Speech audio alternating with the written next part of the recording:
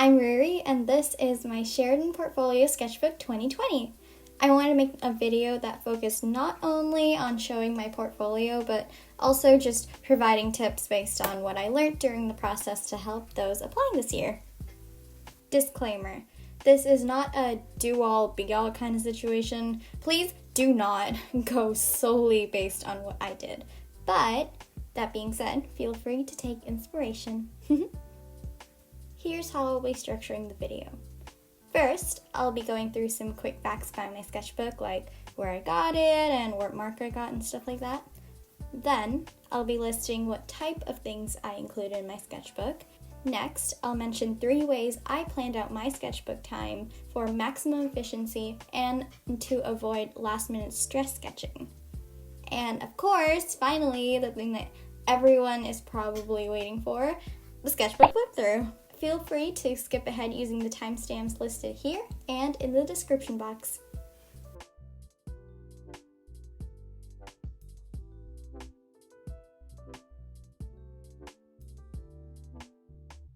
Okay, so some quick facts about my sketchbook.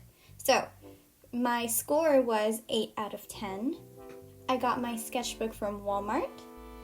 My sketchbook is 9 by 6 inches, which is the perfect size to travel with, but was considered a bit small by some Sheridan profs when I went for portfolio day, so buy with caution. And finally, it has 216-ish pages. My most frequently used materials were ballpoint pens for shading and contour sketching, art pens, specifically my Sakura Senseis, pencil crayons or just regular graphite pencils for shading and value studies, paints ranging from watercolors to acrylic, again for studies but with a different medium, and finally brush pens, which is what I was recommended to use for quick gestural or figure studies, and I use them quite frequently.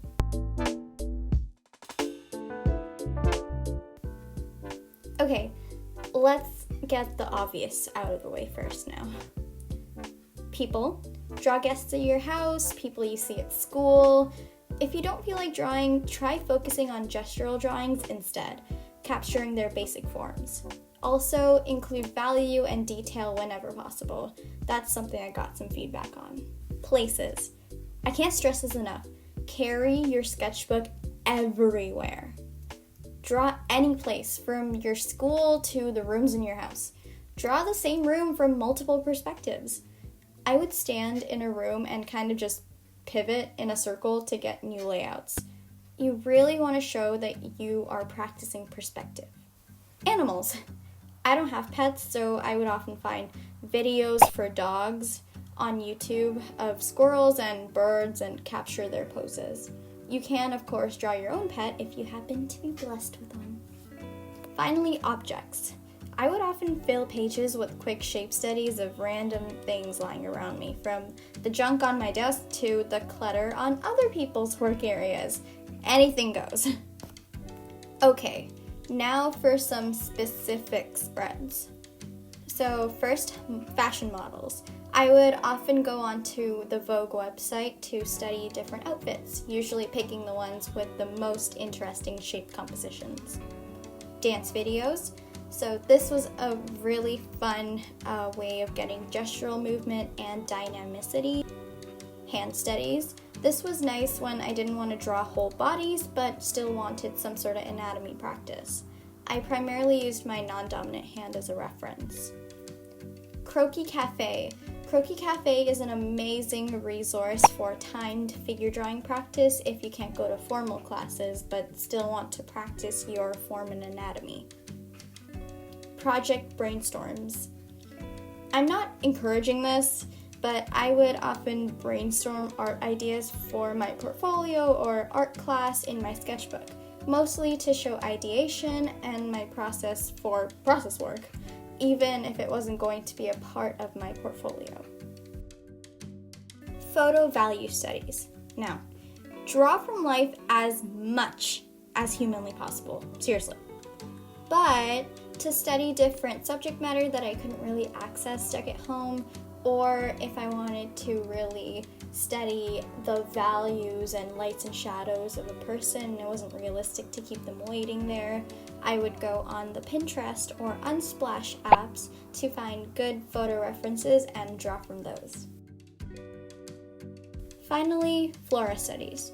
If you live in a plant-filled house or area like me, drawing houseplants is a really nice way to practice shapes, contour drawing, and indication. These are the 3 systems I used.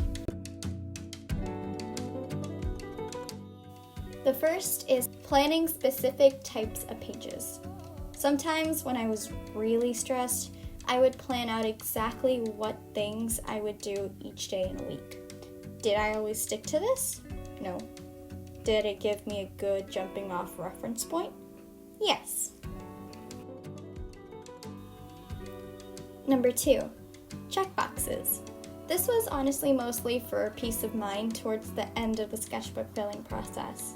Essentially, I made boxes to represent how many pages I had left in my sketchbook. Each time I completed one, I would fill a box in. This visually helped me see how much I had left, so I was less stressed about completing it.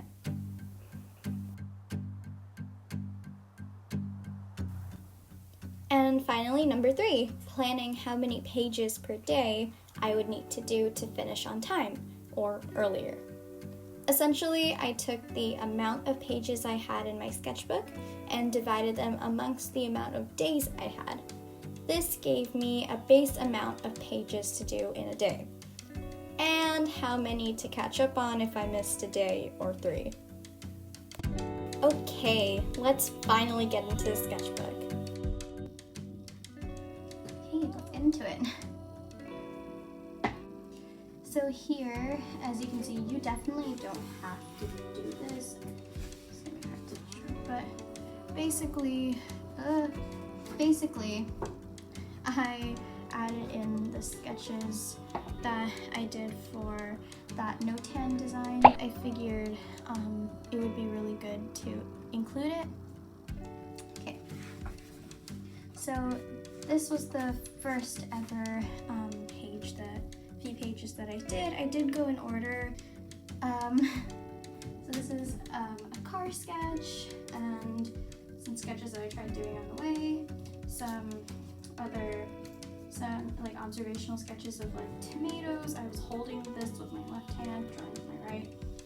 Some tomatoes that we had, and this is a receipt that I got, and I just decided to doodle on it and stick it in here. Some observational sketches in my French class. So this I did do a lot of at first, which is include some process and planning work of any kind of project that I was possibly going to include in my actual portfolio, because at the time I had a huge list of things that I possibly wanted to include as pieces in my portfolio but wasn't sure of yet. So this was something that I was really planning on including as part of my portfolio, and for that I wanted to do some observational kind of studies. It involved ice cream, so I wanted to do some observational studies, so I just searched up a bunch of pictures and drew those. And I did the same for sushi. I did a lot of hand studies just because they were really fun for me. I used crayons. I specifically got them for the sketchbook, and I used crayons to draw this. This was new. So this they also really liked. I used acrylic paint while we were at the farmer's market, but these are supposed to be pumpkins, and then I never really got to this, but they really seem to like these.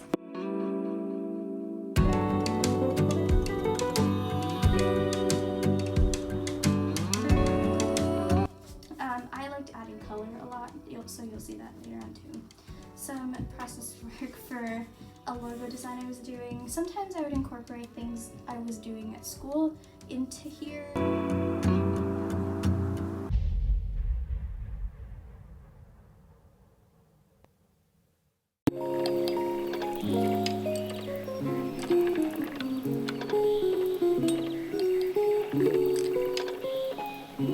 Start your computations.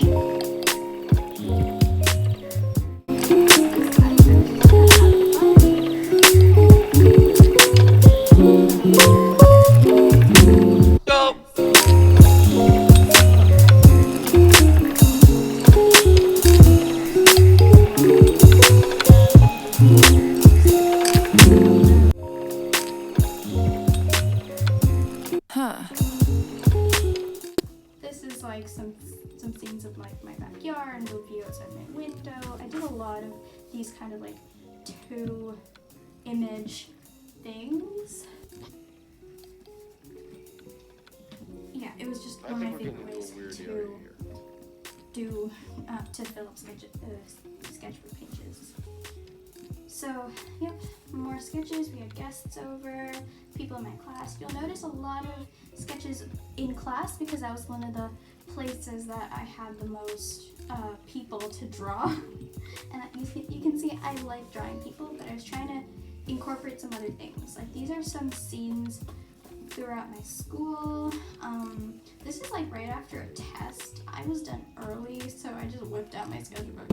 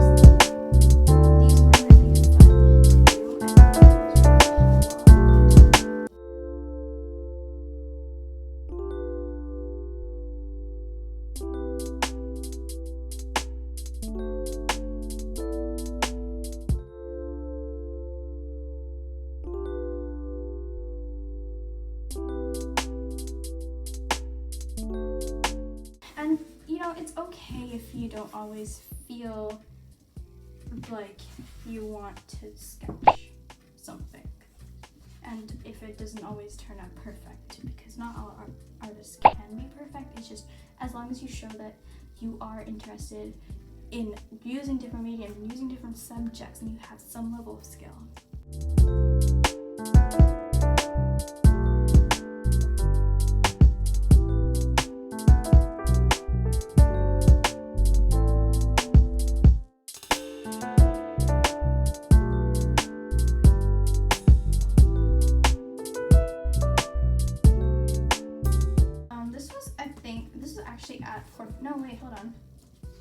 I think this was actually at Portfolio Day, so that's fun.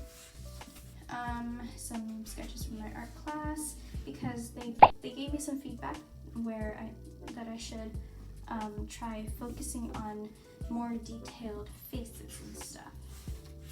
So I tried to do that. My friend, I don't know what she's doing. Yeah. Oh, this tape is for, I segmented basically I think it's really useful if you split up how many pages you're doing a day or a week, and kind of have check-in points 3 to 4 times until it's due. That's what I did, and it was really good at regulating and making sure that I actually got work done, and I was working on my sketchbook, because it's so easy to get distracted by your final portfolio pieces that you forget that the sketchbook's just as important. And I know a lot of people said that like they were running out of time and they had to rush at the end, and I just found that it helped with peace of mind a lot.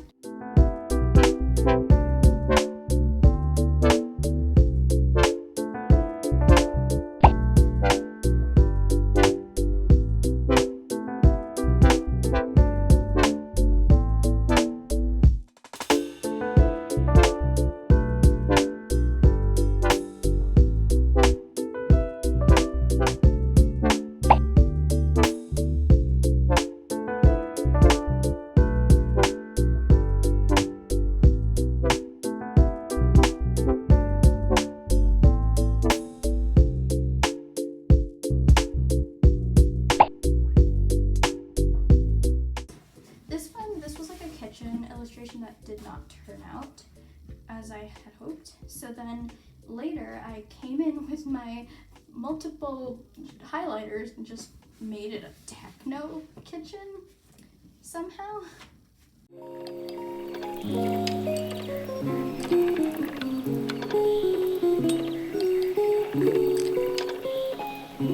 Start your computations. A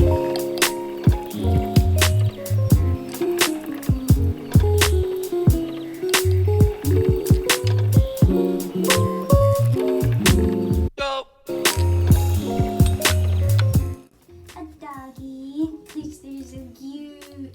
Look at them. These are so cute. I loved drawing animals. Huh.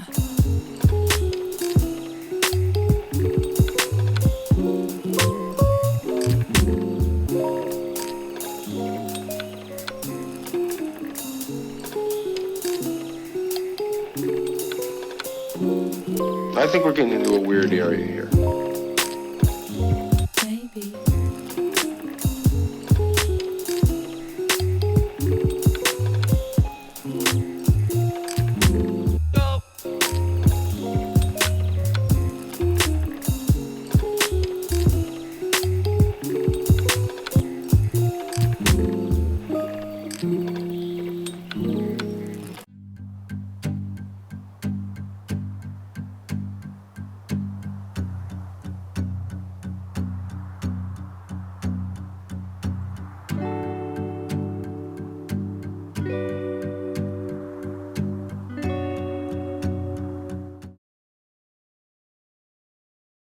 Some sushi because my friends and I went out for sushi.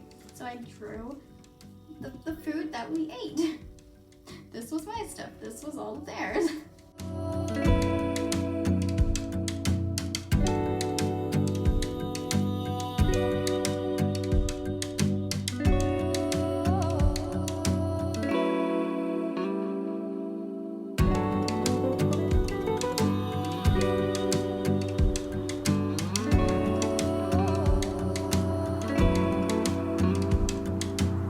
This was for a school project. This was for a school project.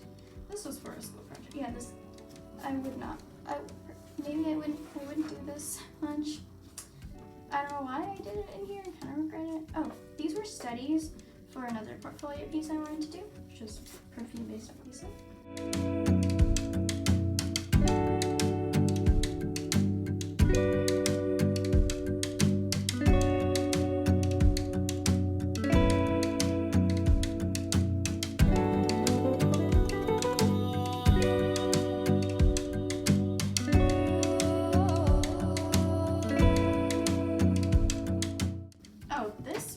This was when my friends and I went to the mall and I brought my sketchbook. They were trying to build some Jenga thing in Toys R Us and I drew them while they were building that.